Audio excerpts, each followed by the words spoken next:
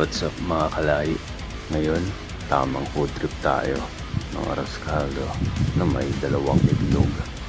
Siyempre, huwag kakalimutan ang toppings natin na pili garlic at toasted garlic with chili flakes. Pagkain na nakasanayan, haluin maigi para lahat mabiyayaan at hindi magkaingitan. Kapag fully transformed na ang kulay, all goods na. Tikman naman natin siya ngayon. Sa unang subo, aray ko ba?